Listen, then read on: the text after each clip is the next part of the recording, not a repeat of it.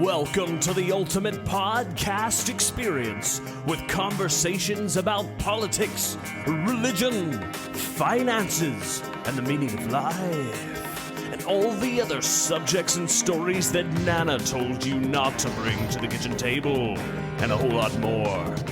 Join our hosts, James the Red, You'll Be Back, and Sam the slippery smooth producer as they settle the ultimate question: have y'all heard about this?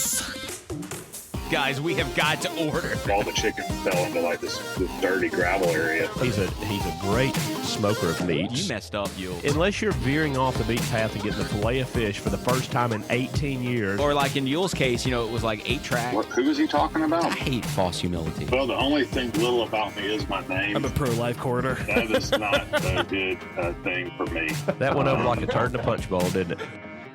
And we're rolling. Roll that Good beautiful morning. bean footage, Sam.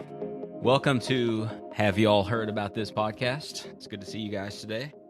What a day. I came out of the house this morning. I could not believe. It was glorious. It was almost cold. This morning. I was a little 64 degrees. I know. It's like, what happened? We just got hit with the most oppressive heat you could ever imagine, like wrapping a wet towel around your face and having to sit in the oven. And now all of a sudden, it just feels glorious. So we've got that going for us.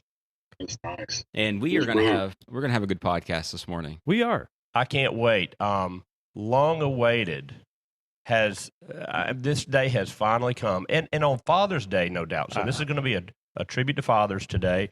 But we have one of my favorite fathers on here, good friend from Huntsville, Alabama, Mr. I Am David Little. Woo. Yay!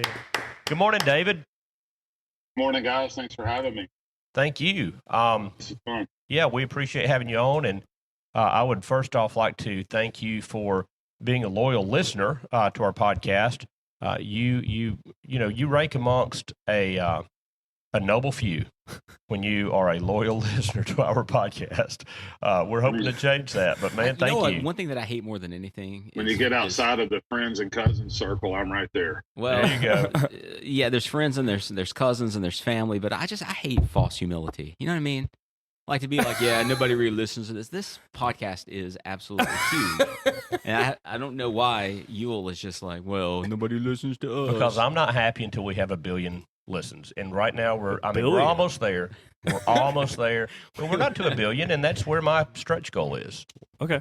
Well, speaking of listeners, I know we got just a couple housekeeping things we'll throw out there real quick, and then maybe we could turn it over to you, Yule, and you can introduce David and kind of give us some backstory there, and we can go for it. But we, what is this, podcast number 14? Sam, It is is. that right? Yep. 14. So 14. our podcast is new and improved. We're making it better every day. It's industrial strength. It's I think if it were like a paper towel, it would be the quicker picker upper. Like our podcast is, it will make you feel better. It'll make you feel good. You should refer it to all your friends. You'll laugh. You really should. If you're not laughing at our podcast, I'm seriously taking into doubt your level of humor. Yeah, I mean, like you don't have you a just sense don't have of any humor. So we got a review from David Little. And so I thought, since we have David Little on the podcast, he could read his own review to us. Ooh, we've never had that. We've never had that. OJ offered that, but he was on the golf course, and he said, it's just too windy. You guys would never hear it. Well, I would happily do it, but he just didn't do it. David, can you do that? Do you have your review pulled up? No. Do you want us? So Sam's got it. Just go ahead and read it, Sam. Go ahead and read it. First of all, Sam. is it positive? Because I mean, it's 5 stars. well, so. okay, because we also got a 1-star review, and so this will balance that out. Yeah. Because the 1-star really hurt my feelings in particular. But as long as we get 5 But of them, it is kind of okay? throwing Yule under the bus. So All right, let's. I Am David Little says Yule refers to Valley Brook CC in Huntsville. It's Valley Hill CC. See, I almost messed it up. Not a huge issue. I'm not even a member there. Can't afford it. Love the show. Talk about false humility. So even though So that's actually my second review. I thought the first one, I don't know if y'all noticed it. Apparently not. I thought that's the one you were going to read. It's my very first review. So have they gotten better or worse, David, as you reviewed them? They're both about the same. Hey, so now we know that not even Yule can't even win the straightest drive contest, but he can't even get the name of the country club right. Yule. David, I think it was something along the lines of this podcast is living proof that anybody can find work in this country. Wait, where did you leave that review? It was right after y'all started. I thought I did it on the pod review, but maybe I didn't. Maybe I thought I did. I do remember doing it because he mentioned Valley Brook. I was like, he is wrong. So it's funny you say that. I typically after Sam edits and then publishes our podcast, I'll go back and give it a listen, and sometimes that's delayed, sometimes it's not, just depending on what my life's happening in my life. But I went back and before you even wrote that review, I listened to it and I thought, you dummy, that's Valley Hill. I knew I'd messed it up, but it's so weird when you're kind of off the cuff talking and telling things. And one benefit I have is I've been in sales for a long time, and one of my mantras has always been that everything I make up is true.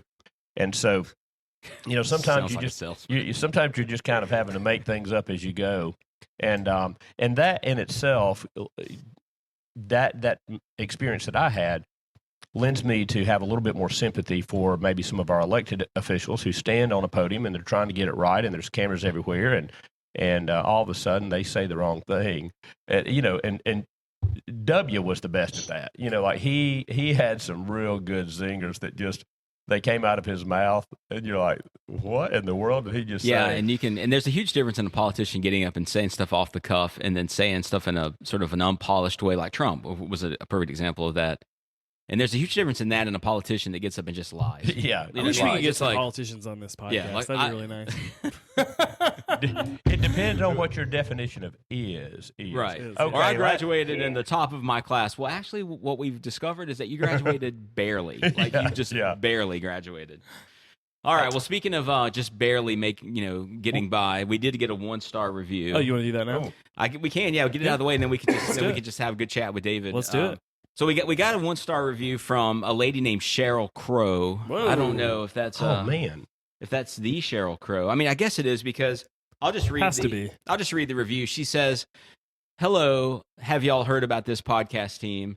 I heard that you all mentioned a concert that I gave recently, and I just want to say that when I sing that all I want to do is have some fun. That's really what happens when I listen to your podcast. Aww. It's fun, it's informative, it's entertaining. But I am going to leave you 1 star because anytime James starts to sing, it makes me want to throw up in my mouth a little bit, which kind of hurts my feelings a little bit, And I don't really sing that much in the podcast. Did I even sing? There was the whoa. The Bruce Springsteen. That was my favorite. That was good, actually. Listen, Cheryl, thank you for listening. Chad, thank you for turning her on to our podcast. I'm just grateful she didn't say anything about me saying that she opened for them.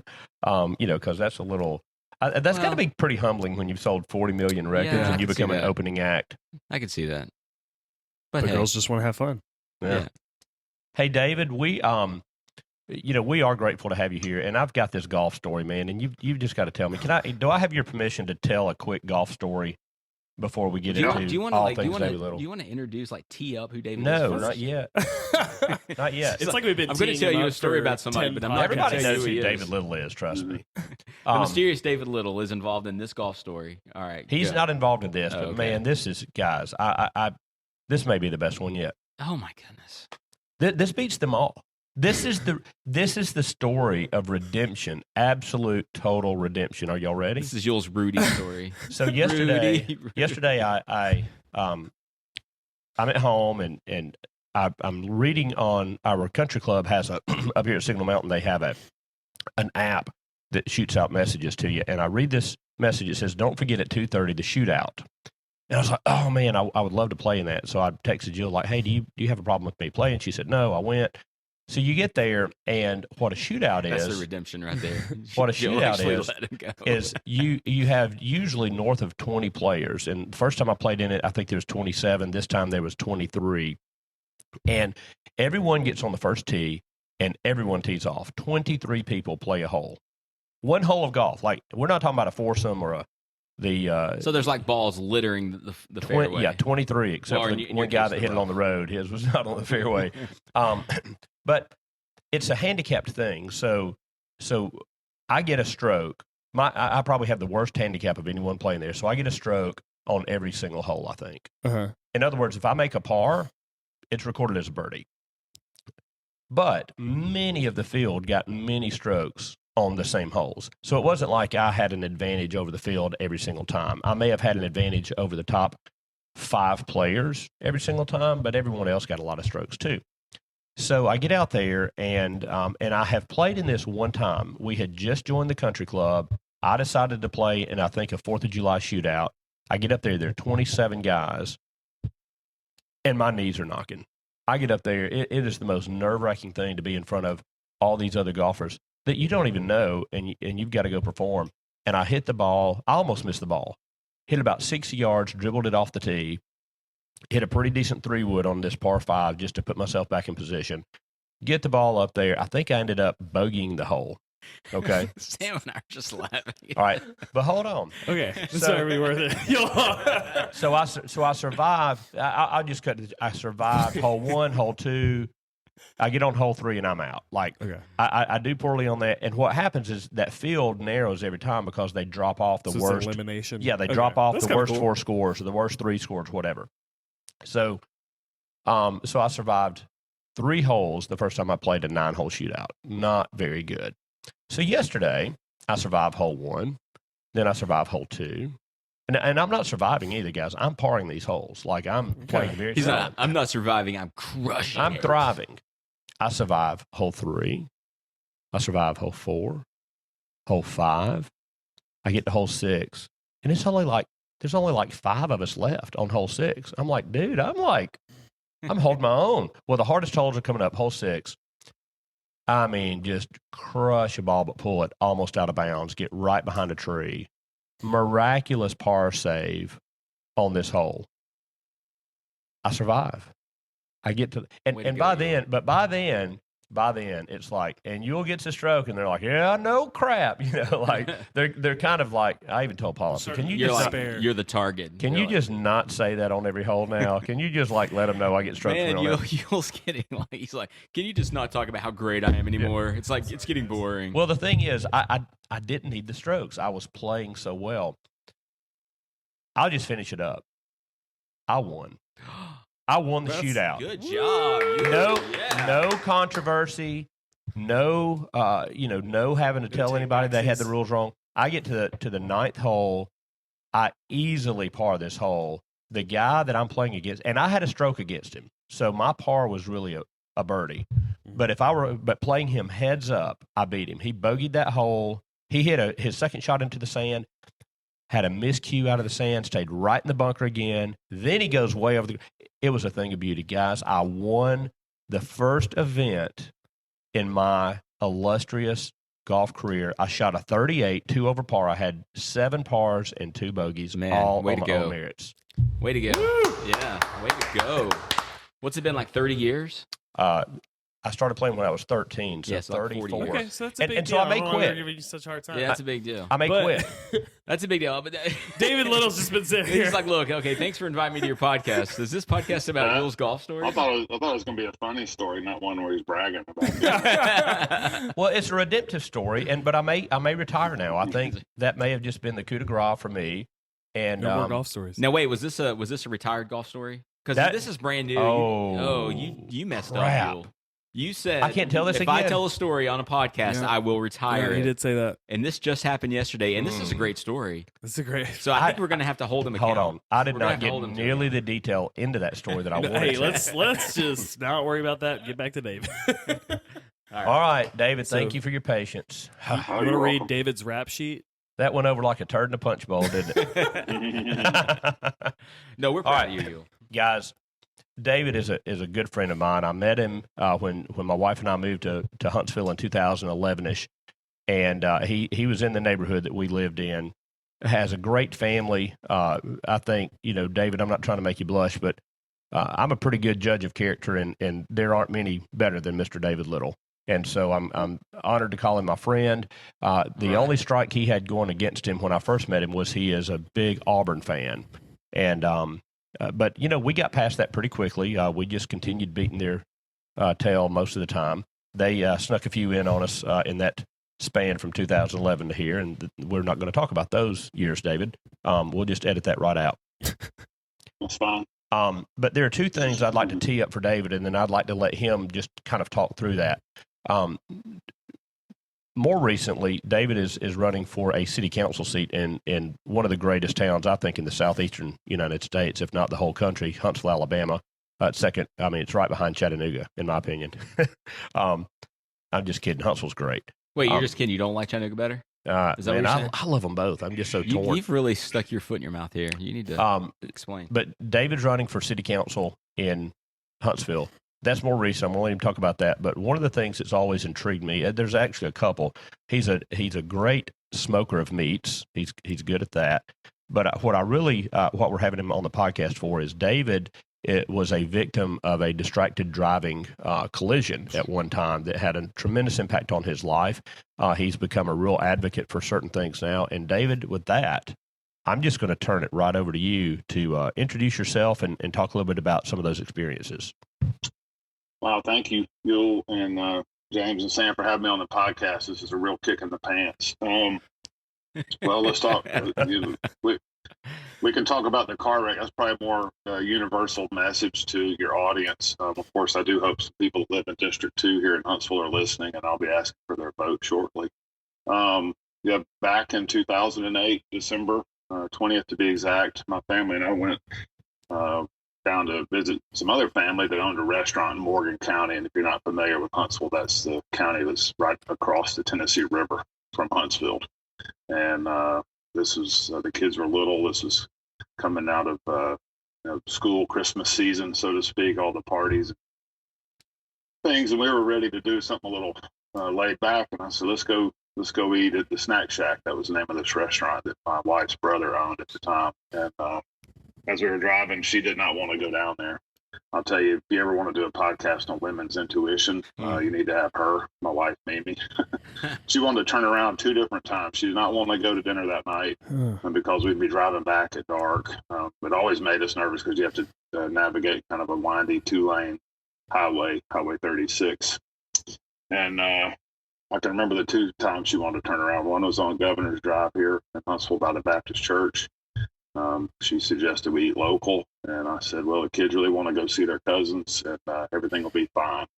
And then as we were crossing the river bridge, we passed a single car wreck. A car that somehow turned over. The driver was okay. We got there at the same time the fire truck got there. Again, she wanted to turn around, and I told her everything will be fine. And so everything was fine on the way to dinner. We had a nice dinner, and on the way home, it had been raining. It was kind of a foggy, gloomy night. We're driving down this highway along straight stretch, and she suggested I slow down. I was probably going 60 in a 55-mile-an-hour zone. I said, okay, and I slowed down. That was kind of the last thing I remember everything. That was kind of like the last normal interaction in the car, and then it was just bang. We were hit head on. Never saw the other car. Goodness. She immediately grabbed the kids, pulled them out of the car, and I was wedged between the dashboard and the seat. My knees were up under my chin, and I've learned a lot about car crashes over the years. This would be the prototypical frontal overlap crash. So it was all in the front left quarter of my car. It was a Yukon. So I took the brunt of the impact, and she's worried about me because my nose is bleeding and because it's broken, and she thinks I'm bleeding out in front of her. I'm telling her I'm okay. I just need to get out of the car. A good Samaritan showed up by then. He's trying to pull me out. Can't get the door open, thankfully, because I didn't know how bad I was hurt. So about 15, 20 minutes later, the Kateka Volunteer Fire Department shows up with the jaws of life and get me out. And that's when I realized I was hurt. By then, the adrenaline started to wear off. Called for the helicopter. The helicopter was unable to get to us because of the weather, so it was a very bumpy ride to the hospital, about 15-minute ride into Huntsville. What I didn't know is I had Beside the broken nose, I had a broken collarbone, I had 3 broken ribs, a partially collapsed lung. My left hip was dislocated and broken. The impact of the dash had pushed my leg straight back through my hip socket. And so that's what when they pulled me out, I said something's wrong, because if you ever had a dislocated hip, there's nothing that feels like that. And so we go to the hospital, and they start doing all the tests and CAT scans. And honestly, I didn't think I'd be spending the night. All my trips to the emergency room until then had been for a broken finger or a cut that needed some stitches, things like that. And laying there in the hospital, the nurse starts to give me a catheter. And I said, "What are you doing?" She's like, "Well, you need this Foley because you're not able to move." And I said, "I thought I was going home tonight." She's like, "You're not going anywhere. You're having surgery tomorrow." So that's kind of when reality struck sunk in. So overnight in the ICU, surgery the next day to put my hip back together. It was not replaced. It was all repaired. And then a few days in the orthopedic wing of Huntsville Hospital, then another 10 days in the rehab hospital across the street. I had a no weight limit on my left leg for 3 months. I had to live with my parents. Some friends of my dad built a wheelchair ramp so I could get in their house. And their house was pretty wheelchair accessible. They'd had a lot of doors lighted for my grandmother when she was alive, so she could visit, be with them. And so I lived with my parents while I convalesced. Our kids were little at the time. There's no way we could have had, I could have gotten not really the care, but just it would have been hard on my wife, obviously, with 3 little kids and me unable to move and needing all that help. So finally came back home, and things started getting better. Started walking in May, and done fine for the most part ever since. And then a few years later, I started noticing on the news more and more stories about distracted driving, and I realized that I had a story to tell. The young man that caused our wreck, we were very fortunate. He was, before I was even extracted, he was already spilling his guts to me that he'd been looking at his phone. He'd been at a church Christmas party, normally sent his dad a text when he left, before he left from the parking lot. And that night he forgot and was sending the text as he was driving down the road. And so he did not see a car stop in front of him waiting to turn. And he hit the car and it came into our lane, and that's our collision happened. So wow, so he hit 2 cars. He hit another car and then into yours. Yeah, he rear-ended a van that went off to the right into a ditch, or just into the shoulder of the road. And then as he hit, he kind of glanced off of them and came into our lane. He walked away. Everybody else walked away except me. So that van probably slowed him down a bit, which is a good thing. The fact that we were in a big car was probably a good thing. I think if we'd been in something smaller, it would have been a different outcome. So fast forward a few years, I start learning about distracted driving. Our brains get a dopamine drip whenever our phone chimes. If somebody wants us, somebody's got something to say. And we look down at our phones while we're driving. And so my wife and I attended a conference at Chicago. The National Safety Council did one on distracted driving, and it was, the whole premise was learn how to tell your story and to be a better advocate. And we were one of about 35 families there, and I was one of about 3 that were actual survivors. Everybody else was there, which representing a family member, a spouse, a sibling, a parent, or a child that had been killed in a car wreck. So it was very humbling. We honestly felt a lot of survivor's guilt. Even one young lady I met that was almost a quadriplegic. She had a little movement in her arms, but was wheelchair bound. She had been in a crash that she had caused, looking at her phone, and missed a turn getting off of an exit, and almost died. But she was there, and she's an advocate, lives out west now. Anyway, we started that. Done plenty of TV interviews, local TV stations about it. Speak to local groups, church groups, Rotary, you name it. Get there and tell our story, and just hopefully get people to put their phones down. I've been involved with legislation in Montgomery, trying to get a hands-free bill passed for the last 5 years. It keeps dying, and the legislature, for a variety of reasons, is very frustrating. A lot of states have the exact same bill. They've had, like Georgia, Tennessee, Kentucky, Illinois. There's probably 20 states that have this basically can't have your phone in your hand while you're driving. You can use your headphones, you can use Bluetooth speaker. We just want the phones out of the hand. And the reason is that you get pulled over for texting. Most people, you can just say, well, officer, I was just dialing my phone, and it's not illegal to dial your phone. So this gets the phone out of your hand. And we're hoping maybe 2023 will be the year we get it done. Hey, David, can you Yes, sir. can you help us? I remember a long time ago, maybe I was doing a driver training class with one of the companies I worked for. We were in company cars, and honestly, it was one of the best classes I had done to not just help me drive, but help me understand the why behind certain things. And Eli Lilly actually sponsored that. It was a great course. But I remember one of the things they were talking about was even when you sneeze, you have a moment of almost you're kind of out of control of your senses and your sight, and it's brief, but they were just making the point that that even this is problematic. Now there can't be a law against sneezing while you drive, I don't think, but I am kind of curious. I've heard a lot of things that distracted driving is a little bit more dangerous statistically than drunk driving. And so what I'd love to dive into are some statistics, not just we know it's problematic. I'm grateful to watch you practice what you preach. I know if I ever call you or text you, if I get your voicemail, it says I didn't answer your phone because I'm either busy or I'm driving. And that's different than the typical voicemail. Most people answer their phone while they're driving. I do. I think I could get better.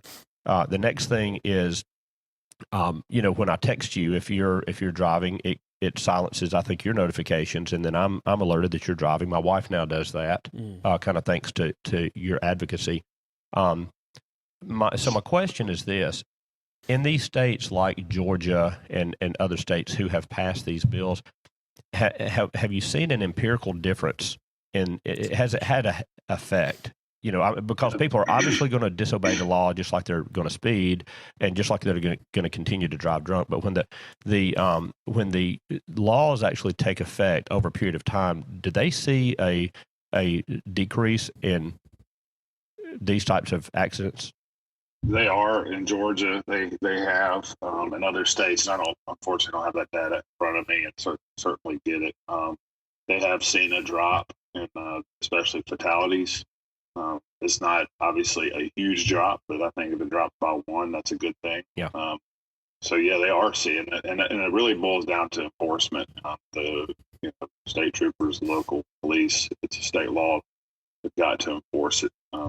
I was reading our local police department, Huntsville Police Department's annual report from a few years ago. Just talked about everything they've done for that particular year. But there's a big section on traffic safety, and it shows a list and all the graphs, data for car crashes in some of the hot spots, we'd call them, notorious intersections. A Mule, Parkway and Airport Road, places like that, the Parkway or the Airport Road in Whitesburg, these big 4-lane, both-way intersections. And it lists all the causes of the car crashes: following too close, failing to yield, failing to stop, failing to use a turn signal. But none of the causes were cell phone.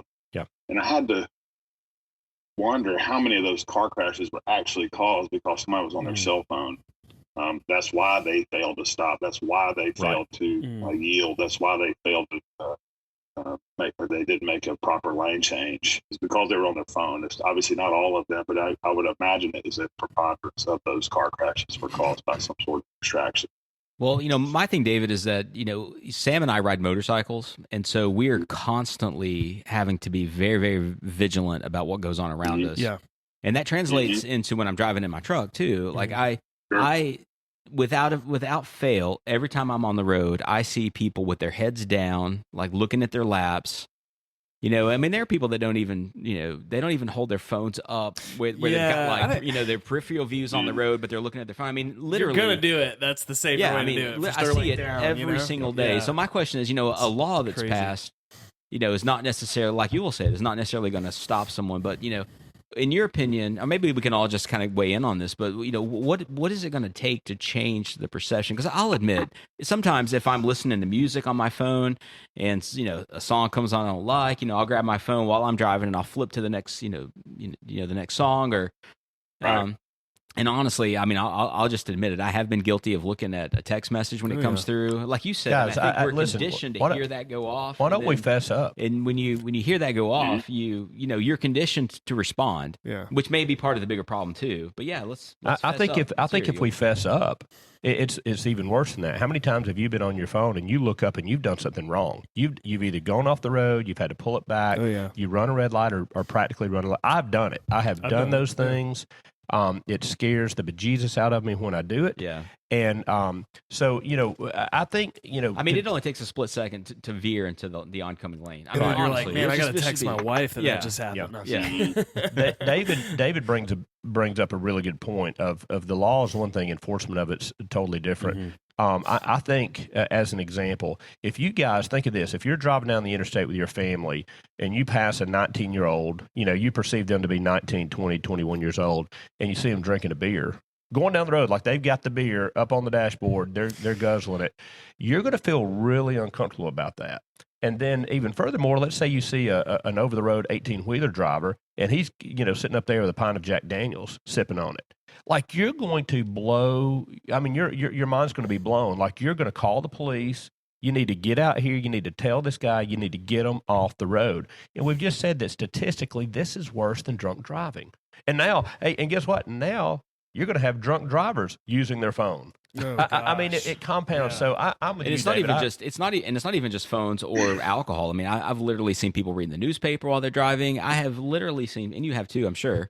I've seen people reading novels while they're I was in Nashville one time, and I saw some girls in a hot tub going down the road. It's the craziest thing I've ever seen. What? You just made that up. Well, the thing about distracted driving, even talking, the difference between that and drunk driving, if you're drunk, you are impaired. You feel it.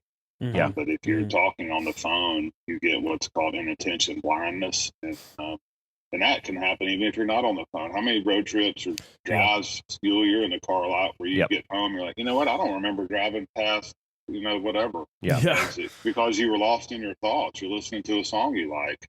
So you add the phone to that, and there's a sense of immediacy when we're on the phone that I want to give you guys, whoever's on the other end, my attention. I want to be polite. I want to be paying it, giving them. I don't want to be driving and talking to you. I want to give you all my undivided attention, ear, which is right. good. Yeah. So you're looking out the window, but you're not seeing. Yeah. And so that's what's happening. A lot of people don't know that, and our brains cannot multitask. Everybody brags about being a great multitasker on their resume, and maybe you can have 5 projects going at work at once. I don't. My resume says I can you're only do. working on one at one time, and the same thing is happening in the car. Your brain's going back and forth. If I focus on driving, I need to be focusing on my call, focusing on driving, and so that's happening, and you don't realize it. Yeah, I tend to say I can do one thing well and only one thing at a time. Exactly. Mm-hmm. David, I may have told this story on the podcast recently. I got pulled over for speeding and got a warning. And I bring this up because it's identical to what you just said. I was actually on cruise control that day. I was headed up to Cleveland, Tennessee, and it's about a 30-minute drive from Chattanooga interstate the whole way, and I'm on cruise control. And my phone rang. I put my AirPods in, like, okay, do this the right way. I was not holding my device, but I was engaged in that conversation. Next thing I know, I look down and I've actually depressed the gas pedal. Right, I'm like, I've stopped cruise controlling. I'm speeding, and there was a vehicle up in the left-hand lane, which always aggravates the fire out of me when I'm driving. And I'm just going to show them a lesson, man. And I just step on it, and I'm going to pass them on the right, kind of thing. Got a little aggressive. Maybe it was a cop.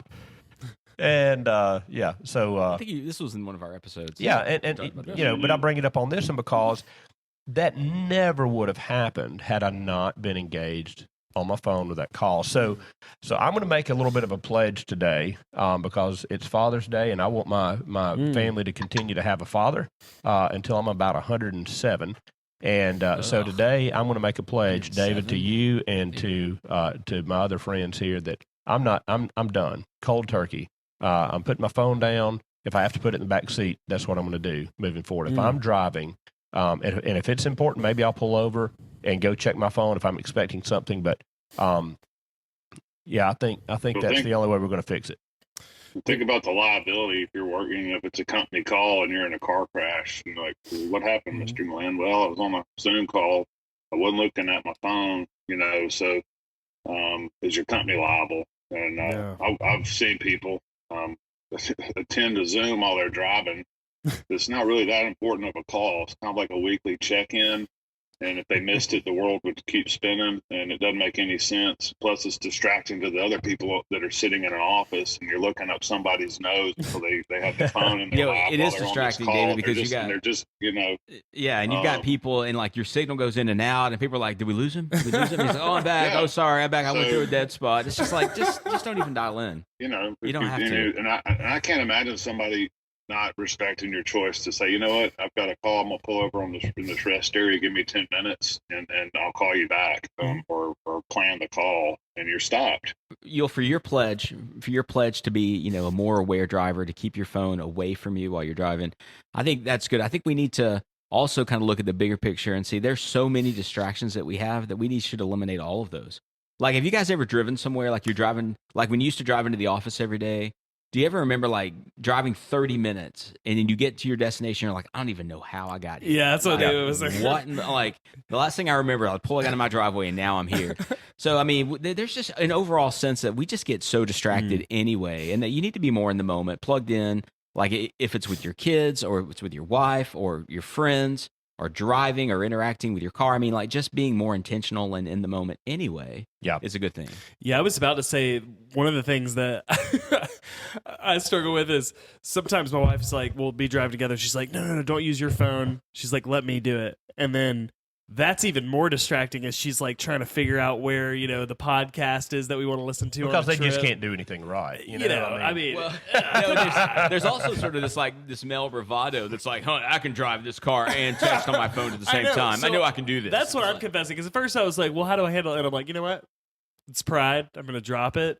We don't need to get to that podcast 2 seconds quicker. Well, just go back to about 6 or 7 podcasts ago. We should just be letting our wives drive.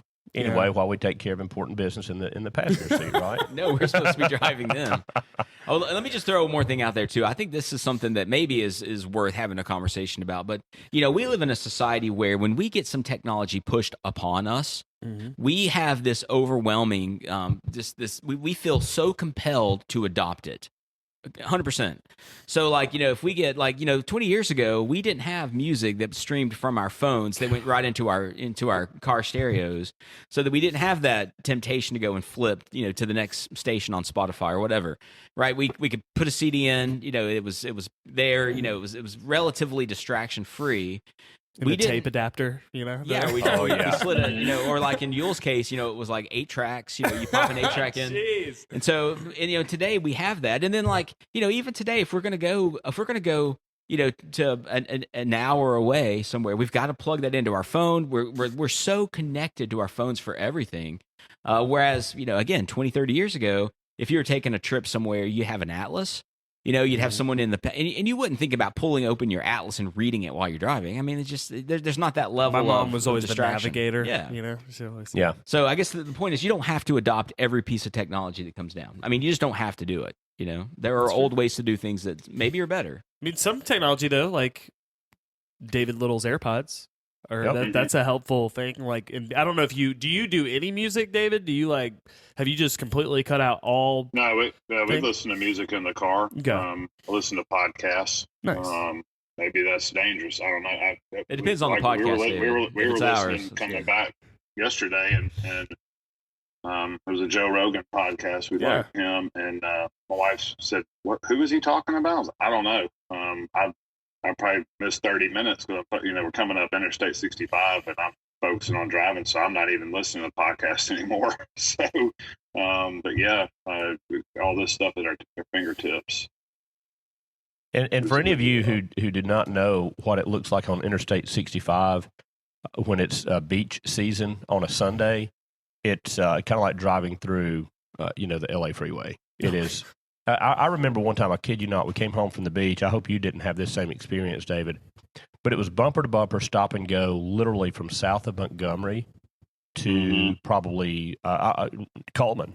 It was like a 9-hour trip, which is normally about a 6-hour trip, I'd say. Oh yeah, it was awful. And then you're taking side roads. You're trying to figure out a different way. It's and then everybody else is too. Jeez. And anyway, yeah, that's not a fun trip.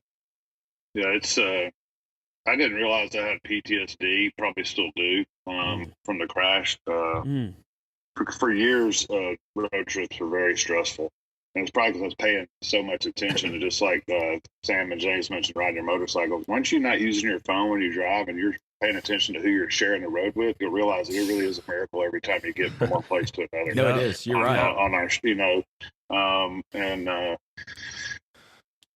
going down, it was just, it kind of comes and goes. I've always liked driving, but there was a spell for several years where I just did not like it.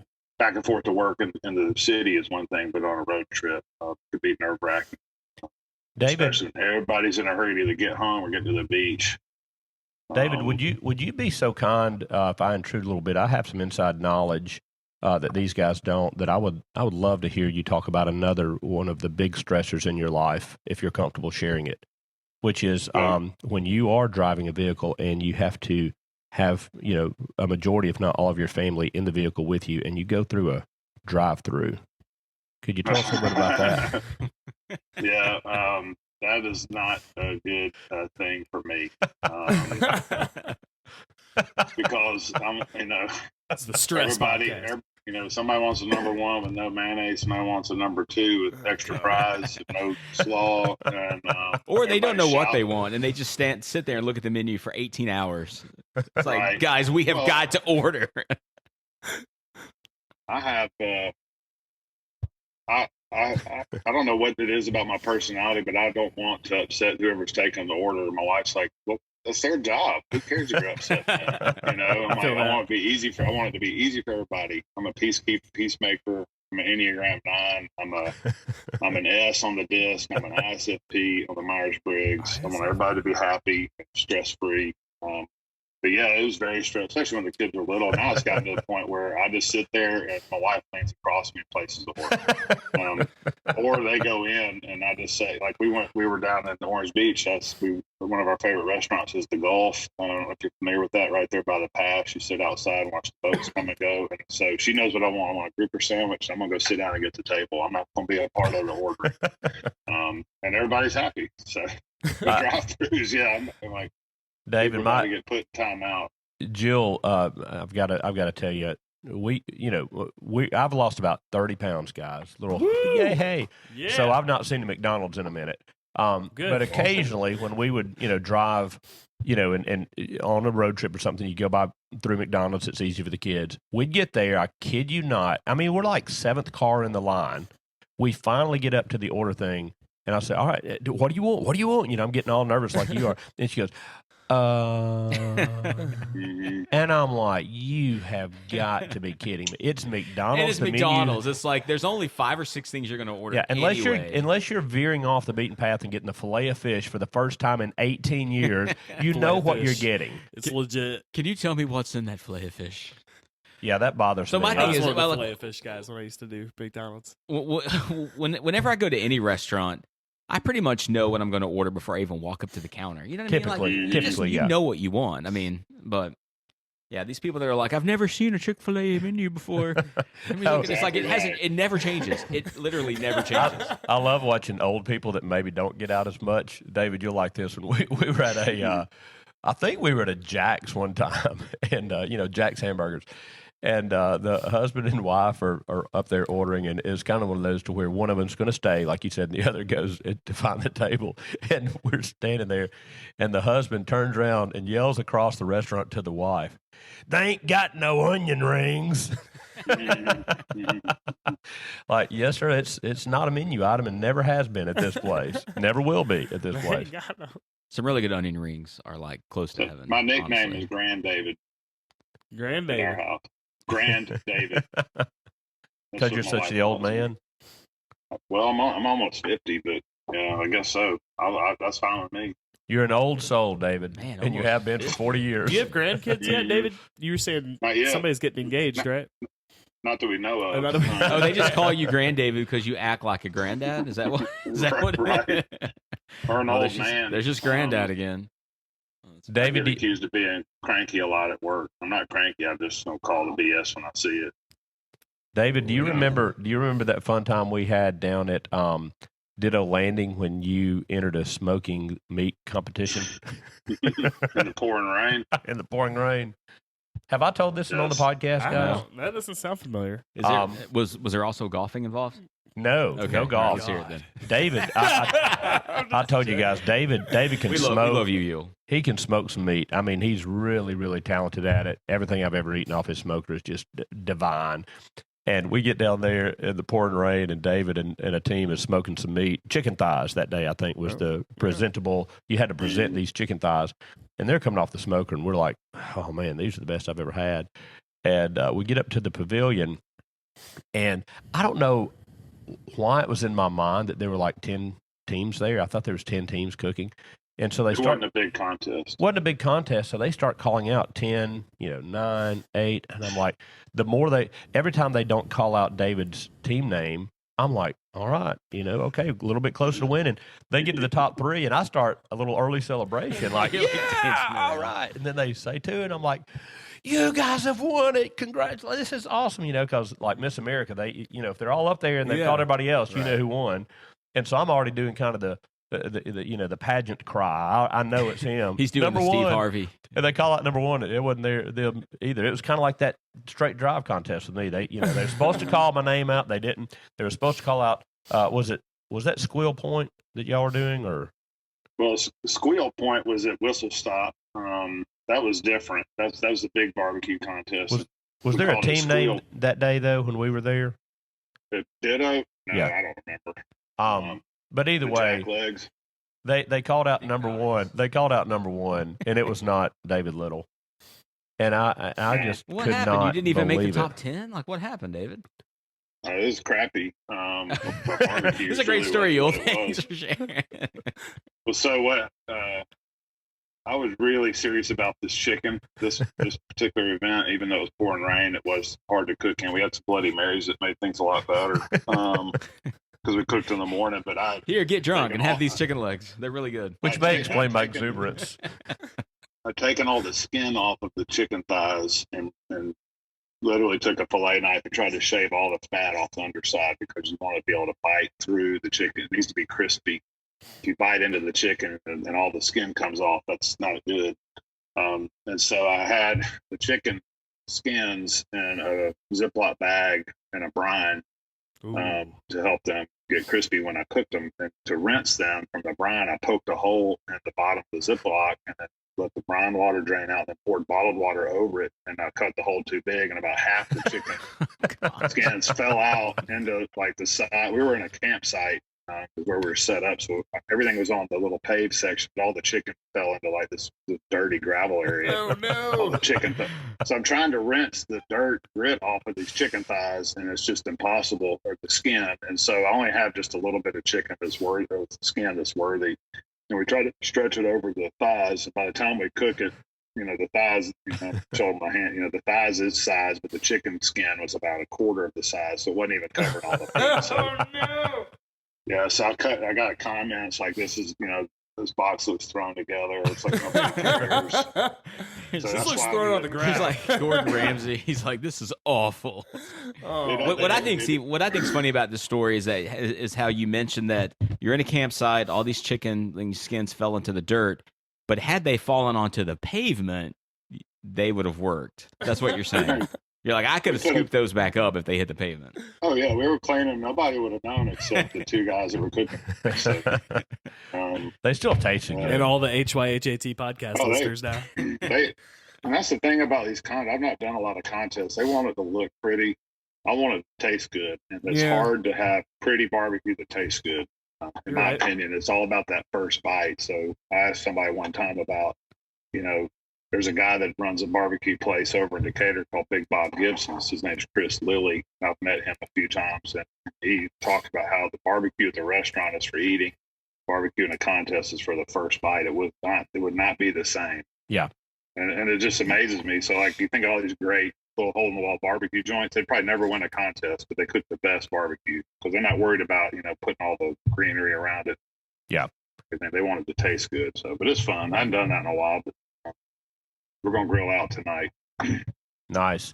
So David, we've built your resume. I mean, we've built this great foundation of who David Little is. And so I think just on what we've said alone on David Little, he should easily win the city council election, right? Easy.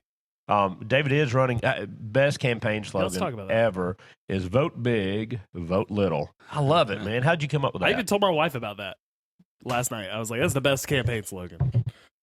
Well, the only thing little about me is my name, first and foremost. So, but it's funny, when I decided to run, which was almost a year ago, last August, I was thinking, I didn't want some cliche slogan that everybody uses. Yes. Huntsville first. Yeah, leadership and all that. I mean, yeah, but obviously, I would hope people would understand I'm a leader if I'm even running. I want to, but my dad had run for the school student body president or student council, whatever you call it, when he was in high school here in Huntsville High. And he told me his slogan was vote big, vote little. They put flyers all over the school at the election time, and he lost to somebody that was promised, sodas at lunch or something. And I thought, that's it, vote big, vote little. And I told who's my campaign manager, and he said, that's awesome. Because you got to think about people. I need people to remember me that don't know me. So yeah, vote big, vote little. And a friend of mine said, yeah, vote for big ideas. Vote for David Little, and that's true too. So it kind of works. And so, and I'm also having fun. I can be serious, but life is short, and so we're gonna have fun with this campaign too. And that's part of it. Well, David, I have a question for you about your campaign, and just about your political theories in general. So we recently had a big election here in Chattanooga, a primary, and we had a city court judge who came in and just met with a bunch of men. We were in a cigar shop just smoking cigars, and he came in there. And so, he gave this speech. He talked about his background. He talked about his, childhood fleeing from a European communist country and immigrating to America and becoming a citizen and working his way through law school, just like, the stuff that you would want to hear, good stuff. And I said, well, there's one thing that we all want to know from you, and I'll ask you the same question. Answer it or don't. You don't have to. But I said, can you unwaveringly and unapologetically support this statement? You ready for it? Can you say, let's go, Brandon? This is a non-partisan race. Okay, got it. And that's the beauty of it. I would hate to have to declare a party the way things are. I've always kind of considered myself somebody in the middle. I think I want what a lot of people want. I would like to have less government in my life. And here I am running for a position to be a part of the government, even though it's local. But I do think a lot of the good things that happen in our country happen at the local level. I think that's where things can really work well. Yeah. When you can eliminate politics, and there'll be times when it's hard not to. I think of things. Well, one reason I want to run is I want to do it. I wanted to do this for about 12 years. I went through a program. Y'all probably have the similar thing up in Chattanooga. It's called Leadership. It's a community leadership program, and our leadership organization here in Huntsville is called Leadership Greater Huntsville. In fact, when I went through their first program, it was called Connect, which was for young professionals, for people below the age of 40. And I'm from Huntsville. I've lived here my entire life, and that 10-month program completely changed my life as far as how I look at things in the community. It really allows you to look under the hood at what works, what doesn't work. You learn about local government. You learn about the entrepreneurial side of our business. You learn about health and human services, healthcare, education. And so when I graduated, I knew I wanted to do something at a bigger level. But the timing wasn't right. And now the timing is right. I got approval at work. I got approval at home, which is important. And when I think about when I buy something in the city, I pay a 9-cent sales tax. And where is that sales tax going? And I want to be a good steward of that tax dollar. My number one priority is I want good public safety. I want the fire department to show up if my house is on fire. I want the police there if I need them. We need more police. We need more firefighters. Our city is growing. We're the biggest city in the state now. It's the best city, I think, in the state, if not the region, in the country. It's at the top of a lot of lists. There's a lot of things happening, and I want to be a part of the action, but I also want to have a hand in how we do things here in Huntsville. We have a great mayor, and I look forward to working with him and the other council members, to really take care of city business. Is the mayor's race nonpartisan as well, David? Yes. Okay. So we have 5 city council members and 1 mayor. So the administration has kind of its things it needs to work with or do, and then the council is there, I guess, kind of as the check and balance. But as somebody told me, I thought it was a great way to look at it. The police are the why, the fire department is the why, the utilities is the why, the city council is the how. How are we going to do these things? And the district I represent is about 40, or hope to represent is about 40,000 people. Since our recount, 42,000 roughly. It's a diverse area, geopolitically at least. And so you need to represent everybody equally. So, David, I grew up in Colbert County over in Tuscumbia, and it always fascinated me that every election was along party lines. I mean, it was partisan elections on practically everything. And the one that always fascinated me the most was coroner. First off, coroner was an elected position, which I thought was that is weird. Like the craziest thing in the world. But the second thing is they had to run either as a Democrat or a Republican. It's like, man, if I'm dead, I really don't care what your party. What your party? I'm a pro-life coroner. That would be. There are no partisan. There are no nonpartisan elections. It's all partisan. I think that's a function of our Constitution. I believe I heard once that a coroner would be the only person that could actually supersede or arrest a sheriff, something along those lines. I'd have to research that, but I remember hearing that in a presentation about our state government. But it's interesting, we had a sheriff in a neighboring county that was relieved of his duties, and the coroner was the interim sheriff. Yeah. So there's probably some truth to that. It would not necessarily be the highest law enforcement or she in that county, but that's who replaces if the sheriff resigns, dies in office or whatever, midterm, then that is who replaces them, and that's what happened over one of our neighbors. I think you need to know who your officials and what your officials think about the world. Well, you need to know that, and to say that there's nonpartisan races, that's true, but really it isn't true. I mean, every single person has a political worldview. The Greek philosopher Pericles said, "You may not care about politics, but politics cares about you." So in some way, everybody has a worldview or an idea of how the world should be, run. And to say it's a nonpartisan race, a lot of times is just kind of covering that over, and it's kind of subterfuge. And I think people get a little frustrated with that. So and I think I just had an epiphany as to why that was a party line race for coroner. They're the person most qualified to count the votes at the graveyard. But you can't say that in a nonpartisan race. David, we can't thank you enough, man, for coming on today. This has been a real treat. I know you're in the Central Time Zone, so you got up early for us after a long trip back from the beach yesterday. We're so grateful to you. We wish you great success. I think you should win by a landslide from what I know about you, and I'm not saying that blowing smoke. I really think you're highly qualified to help continue to lead that city. I know you on a personal level. I know you're a very reasonable person, and you've got a great sense of humor. And we just appreciate you and wish you very well in your future endeavors. And thank you for the challenge today also to, in a very little way through this podcast, I think, to get out the word around distracted driving and just really how detrimental that can be and how easy it is to mitigate that risk. Yeah, I love the fact, David, you talked about having to tell your story. I think that's important for all of us to be able to say, this is important. You got to know how to tell it to your kids, to your nephews, your nieces, people that you meet, friends and neighbors at barbecues. Like, you need to be able to have, a message like that really could save lives. And so I appreciate hearing that. Yeah. It was a challenge, and I thought it was very good. That's awesome, David. I appreciate it. Thank you all for having me on. It's been a lot of fun, and for sharing that story and talking a little bit about the campaign too. It means a lot to me. And I enjoy y'all's podcast. Wish y'all all the success. And when y'all are big time, don't forget the little people. Well, we're big time now, but we haven't forgotten anybody. So. That's right. I don't know what you're talking about, David. Oh, my And David, gosh. I hope you have a wonderful Father's Day with your family. Yeah, happy Father's Day. And wish You the same to guys your too. dad. Thank you. All right. Thanks, Thank y'all. David. Y'all take care. Thanks. Bye-bye. See ya. Bye.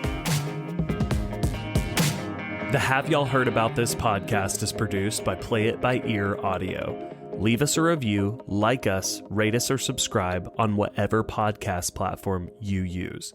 If you wish to contact us or you have a suggestion for the show, email us at hyhatpodcast@gmail.com.